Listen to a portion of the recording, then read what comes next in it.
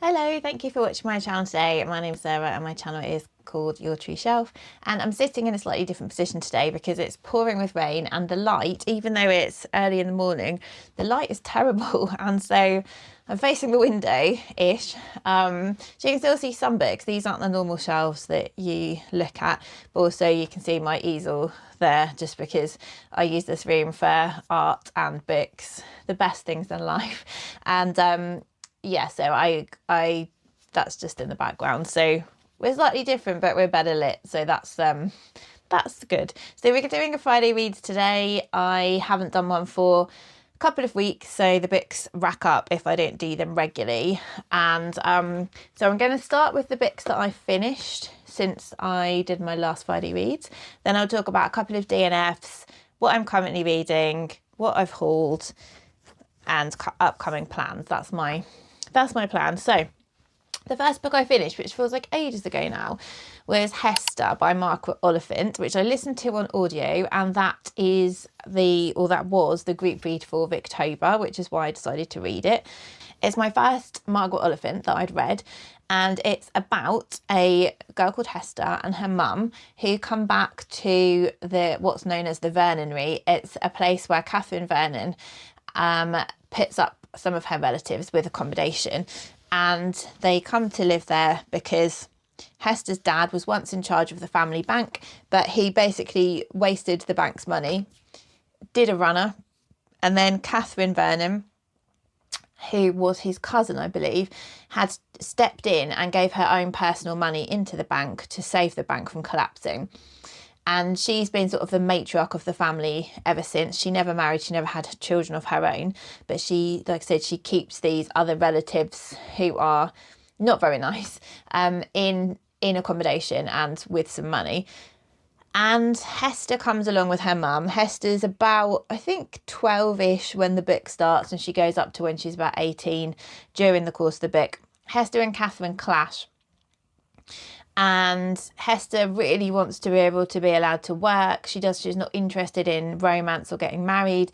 And she's told, well, you can't go and work. That's not suitable for someone in your position. And you do need to find a husband. And so it's very much like this kind of conflict. And Hester, even though she has sort of conflict with Catherine, they're quite similar. Like, really, she wants to be like Catherine. Just need to take a sip of my tea. I have Twining's green tea, which I saw Ruby Granger say how nice it was, and so I bought some, and I can't stop drinking it. It's absolutely lovely. Let's find a space to put it there. Right. So I really enjoyed Hester. I do think that it was a novel in 3 parts, and I did read in between the 3 parts. I read 2 other books just to break it up a bit, because I do find with Victorian novels sometimes they could do with a good edit, and I do think it was a bit slow in places. So I ended up giving it 4.25 stars. I forgot to say I'm also going to update my HRCYED board as we go, the hardest reading challenge we'll ever do. So those graphics will appear after each book I talk about. So Hester is the first one where I can't find 2 prompts to use for this. So the only prompt that I could choose was the protagonist whose names you know, because one of my friends from book club and a former work colleague is called Hester. So I'm going to use this for the protagonist whose names you know square, which then takes me to 2 out of 3 for this square. And that's it. I couldn't find any, like I said, I couldn't find any other ones. The alphabet I'd used already, and it doesn't fit into any of the other categories. So moving on to the next thing that I read is Boudicca's Daughter by Elodie Harper. So I talked about this because I'd started it in my last Friday read. Now it's finished and it got better. So I wasn't that enamoured with it to start off with, but it did improve. So this book is based on the story of Selina. We don't know. We know that Boudicca had 2 daughters. We don't know much about them. We don't know what happened to them. We don't know what their names were. But Selina is the name that Elodie Harper has chosen for the eldest daughter, and she has called Boudica Katia because Boudica isn't her actual name. It's a kind of a title.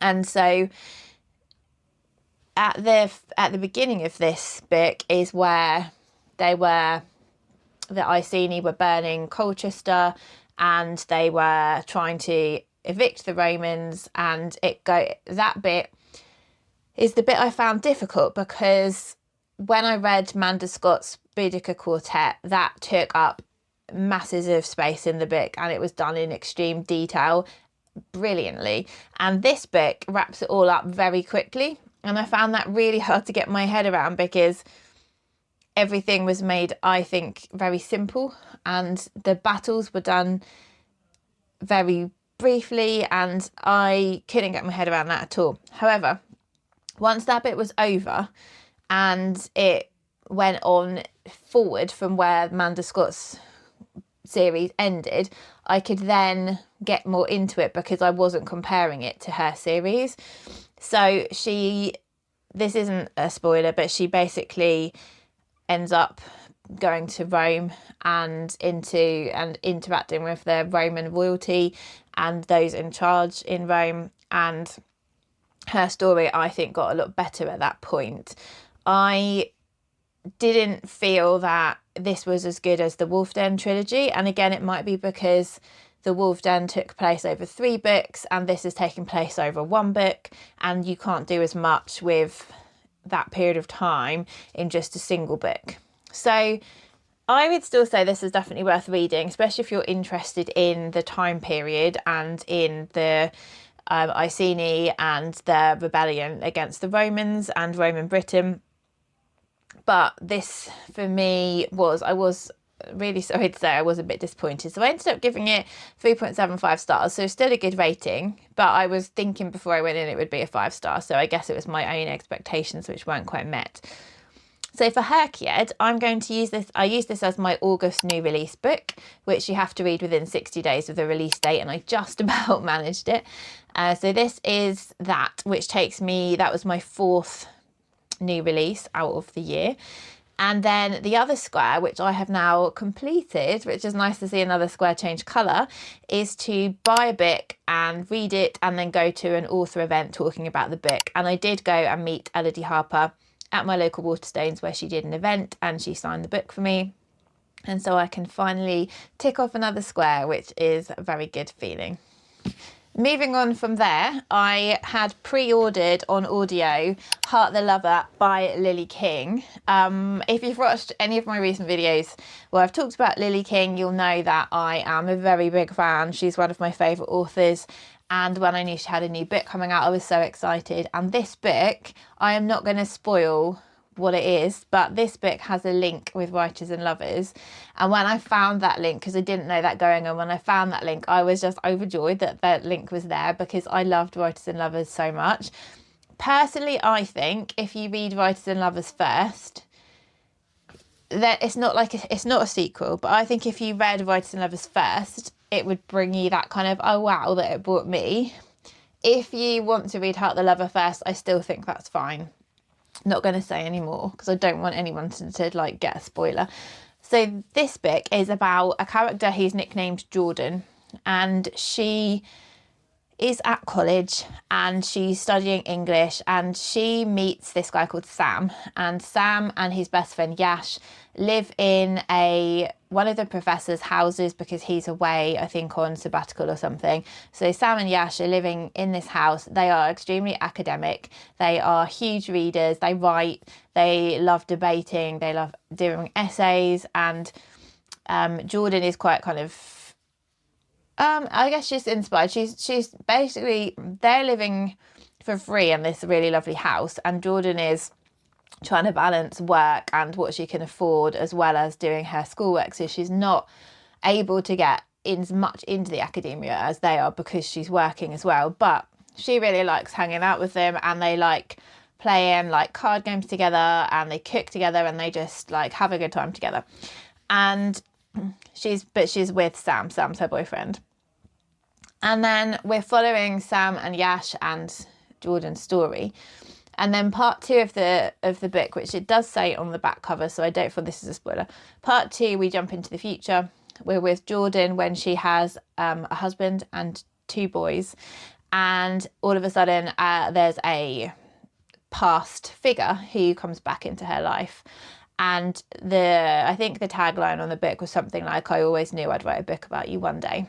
So I'm not going to say any more than that. What I am going to say is it's absolutely incredible, like all of her books. I just love her writing style. Her writing just really, I just love it so much. It's just exactly like my cup of tea, how she writes. I feel like I really know her characters and care about them. This is quite a short book. It's 200 and something pages long. I will undoubtedly listen to it again. I really like the narrator. I want to own a physical copy because I have all of her books apart from Tuesdays in Winter, which I've read, but I got from the library. So I want to have those too as physical books. But yeah, it was incredible. 5 stars, 100%. And the squares I'm going to use it for. So firstly, as I said, the new release square, because it was my new release for October. So that takes me up to 5 out of 12 for my new releases. And the other square for by the hundreds, and for this is for the 200s. And so this is a nearly complete square. This takes me up to 5 out of 7 for this square. The next book that I read was for my in-person book club, and this is a non-fiction, which I had heard of because my friend bought it when we were together and she suggested it for book club, but I would never have come onto my radar otherwise. But I'm so happy it did because it was incredible, and it is called Insomniac City by Bill Hayes. So Bill Hayes is from he was living in San Francisco, and his partner died very suddenly of a heart attack. And he decided that he would move to New York and try and become a New Yorker. And he has trouble with insomnia. And he's a writer and a photographer. And he would go out at different times of day and night and ask people if he could take their photos. And a lot of the photos are included in this book. And he writes vignettes about those experiences. But also he meets Oliver Sacks. And Oliver Sacks, if you haven't heard of him, is a famous neurologist in America. And he is quite a prolific writer, academic, and all-round really interesting person. Oliver Sacks is gay.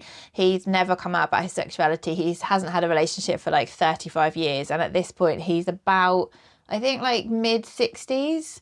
Ish, maybe late 60s, and Bill is younger. He's about 20 years younger, and they basically fall in love with each other. And this book is not only vignettes, diary entries, and commentary on moving to New York, grief for his old partner, the people he's met, and the photos he's taken, but also his love story with Oliver, and Oliver dies. This is non-fiction, so I don't think it's a spoiler there, but Oliver dies before the end of the book, and so it's about his caring for Oliver in his illness as well.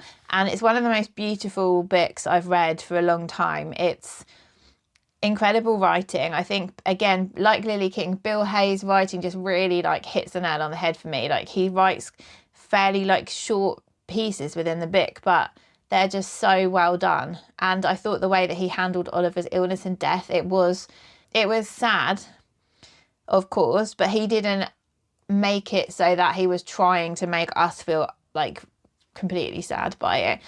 He wrote it so respectfully but honestly, and he just wrote enough of it, but he didn't like overwhelm you with the feelings that he was feeling. And I just thought that the whole book was absolutely beautiful. I think if you want to read a memoir which is full of interesting information and real stories and love, then go for it, because it was so good. And it's quite a short book again, but it's also, because of the vignette style, you can read it. I read it in a couple of days and it was just lovely. I really recommend it. And so that was a 5-star read for me as well. So for this for HRCYED, I'm going to use it for my LGBTQ square for a gay protagonist, and so that takes me up to 3 out of 7 for that challenge.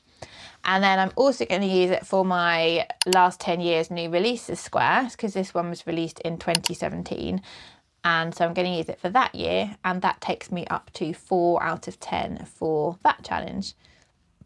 The final book that I finished in since the last time was Rewitched by Lucy Jane Wood. So I'd got this out of the library and I did a combination of reading the physical book and listening to the audiobook while I was knitting.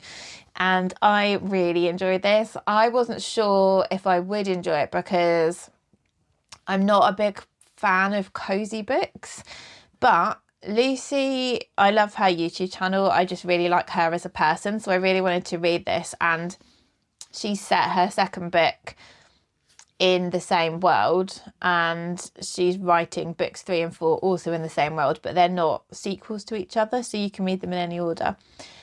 Rewitched is about Belladonna Blackthorn, who is a witch and her mum's a witch. When you're 15, you get your witch powers, and then when you're 30, you have to complete a challenge, basically in front of like a witchy wizardy jury, just to make sure that you use your powers appropriately and that you've done good with them and you're not misusing them in any way. And if they agree, they'll be made permanent. And Belle works at a bookshop, and she's been given the opportunity to buy this bookshop, and she doesn't think, even though she's worked there for a long time, she manages it, she doesn't think that she can. Like, she feels like she's got some like lack of confidence, and she doesn't feel that she'll be able to make it a success. And she doesn't pass her challenge because she's always sort of neglected her magic. And so she's given this chance for 30 days to have a mentor and try and harness her magical ability, but she faces dangers along the way. So this is cozy, but it's not like saccharine, which is good. I didn't want saccharine.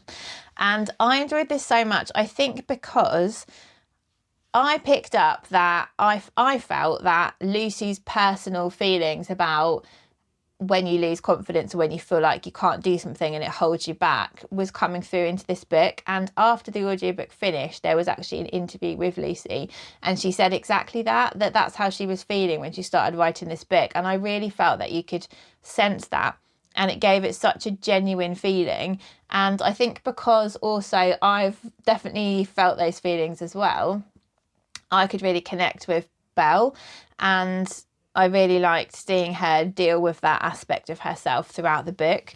And so I gave this one 4.25 stars. It was verging on a 4.5 because I did really, really enjoy it. And I'm definitely going to read the next book that Lucy's released, and I'll look forward to the ones which are upcoming. So I would definitely recommend that book. And it's perfect for autumn as well.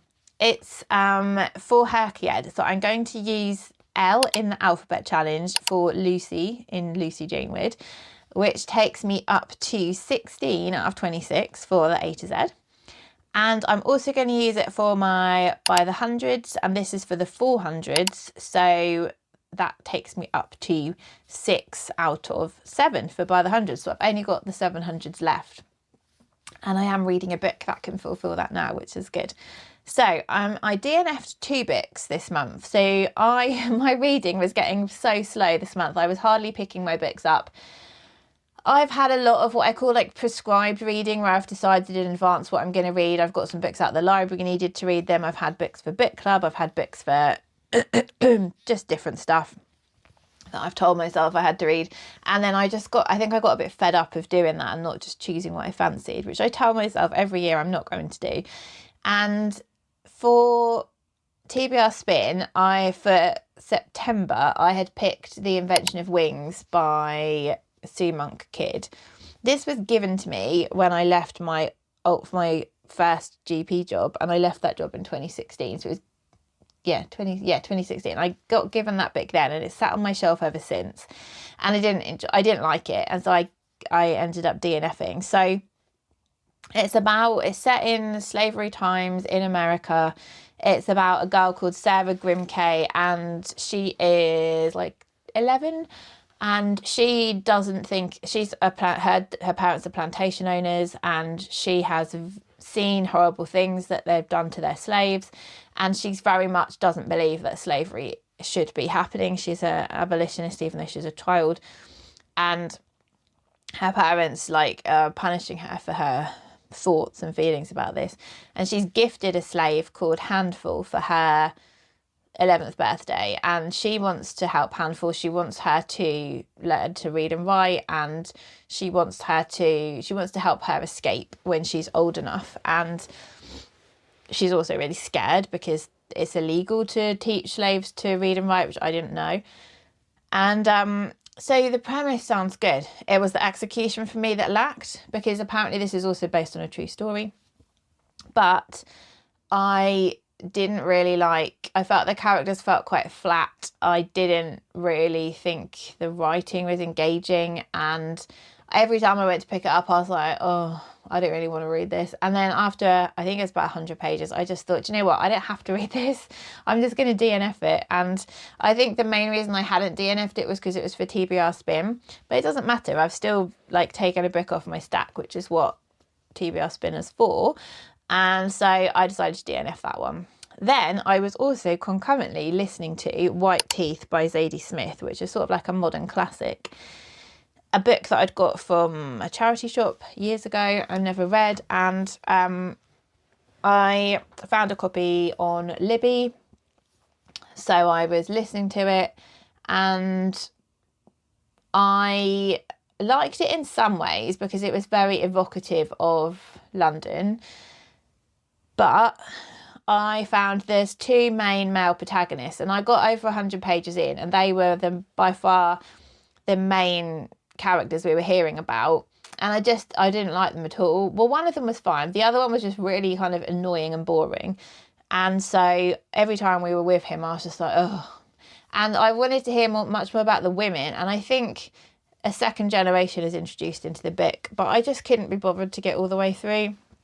And I could just feel myself kind of wanting to skim it and find out what happens. So I thought, you know what, I'm just going to DNF this as well. I was in my DNF swing, and I was just like, just going to do it. And so, yeah, I DNF'd that. And then I was like, okay, I'm just going to read whatever the hell I like. I'm going to say, screw the list, just read what I want. And this is what I'm doing. And my reading has come out of feeling slumpy, which is great. So I picked up, number one was A Court of Wings and Fury by Sarah J. Maas. So I am 25% into this, but I'm listening to it from, again, it's on Libby. And so I thought, why not listen to it instead of read it? I have the whole series. I have been very slow at reading the whole series. So I watched a summary of book 2, and then I started this, and I'm really, really, really enjoying it. I really like the audio, the narrator's really good, and I keep thinking oh, if I do this, then I can listen to my audiobook, because I'm really enjoying reading it. It's long, so this is 703 pages, so I can use this for my by the 100 square, which is good. But yeah, it's great, and I think everyone's heard of the Court of Thorn and Roses series. It's a fantasy series. I don't feel like I need to explain what it's about because everyone knows. And then the other one I'm reading on my Kindle is Of Blood and Fire by Ryan Carhill. So this is a series called The Bound and the Broken, and it's about, at the moment, that I am about a quarter of the way through. We are following 3 young guys who are friends. It's kind of set, it feels like a medieval setting, sort of Game of Thronesy kind of setting. And the 3 guys have gone off to do this thing called the Proving, where they have to go into the woods for a couple of days. They have to survive. If they get attacked by any wild animals that they kill, they have to bring back the pelts from the animals, and whoever brings back the biggest one is the winner of the Proving. And so they end up killing something, but I'm not going to say what.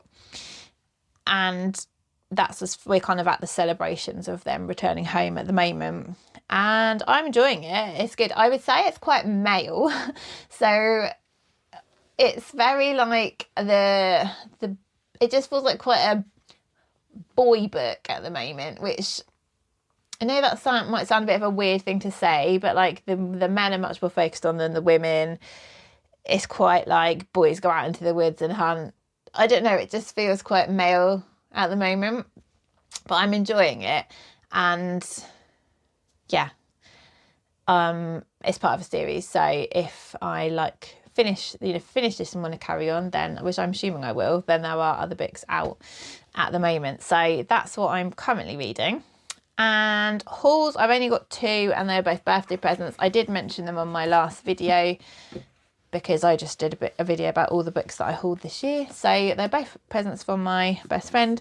One is Flawless by Elsie Silver, which is a romance series, and this is about a guy who is a professional bull rider. Yeah, bull rider. His agent's told him he has to clean up his image, and so his agent has said his daughter is going to supervise him to try and make sure that he's kind of behaving himself. But obviously he then falls for the daughter. It's a forbidden romance, and I think it's quite spicy, which, yeah, this sounds good, and I've been wanting to try Elsie Silver because she's been super popular. And then the other one, which I showed before, but I'll show it again because it's so beautiful, we have The Christmas Tree Farm by Laurie Gilmore. This is the 3rd one in the Dream Harbour series, but again, I think you can read them in any order. We have foiling on the front here. We have foiling on the back. We have sprayed edges with a tiny cute little dog. And we have beautiful end papers, and the hardcover of this is gorgeous as well. So that is just a lovely present, and I'm really looking forward to that. I read the first Dream Harbour book a couple of months ago and enjoyed it a lot. So this one I'm going to read in December as my Christmas read. So that's the hauls. Plans. So my TBR, as I mentioned already last time, my TBR spin book for November is We All Want Impossible Things by Catherine Newman, which is a little book, and I am generally looking forward to reading this. So that will be read soon. And then this one, which again I'm not looking forward to really. This is my October TBR spin book, but I have found a copy at the library on audio. So I have put a hold on it, and I think it will be in within the next couple of weeks. So I'm going to try it. I'm going to go in with an open mind. If I don't like it, that's fine, I'll DNF. If I do like it, then brilliant. And the fact that it's on audio just makes it feel easier because I'm not having to read it myself. Someone's going to read it to me, which is nice. Yeah, so that's the upcoming plans. I'm not going to make any other upcoming plans because I don't want to do the prescribed reading thing again. But what I do want to do is to focus on some of the squares that I haven't touched very much for HRCYED. And so I'm going to make like a list of all the books that fit into those squares. And probably I was going to do a wheel spin, but I actually think I'd prefer to just pick what I want myself and just, yeah, read the books I want from there to fulfill some HRCYED prompts. So I will tell you about in my next Friday reads what I've ended up picking up. But let me know what you've been reading, what you've been really loving, any of the books that I've talked about today, if you have thoughts or opinions on them. And yeah, just any kind of chat you want to chat about in the comments, that would be great. Or leave me an emoji just to say that you've been here. And I hope you have a really lovely week, and I'll speak to you all soon. Bye.